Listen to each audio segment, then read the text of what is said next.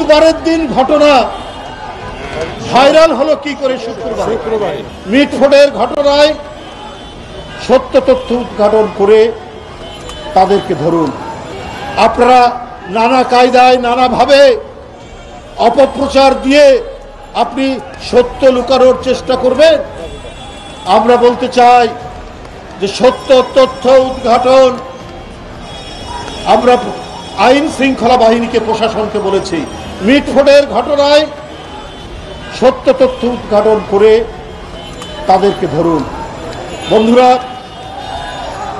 একটা প্রশ্ন, একটা বড় ধরনের প্রশ্ন, যে বুধবারের দিন ঘটনা ভাইরাল হলো কি করে শুক্রবার? এটা কারা ধারণ করেছেন? এটা কারা এই কাজ করছেন?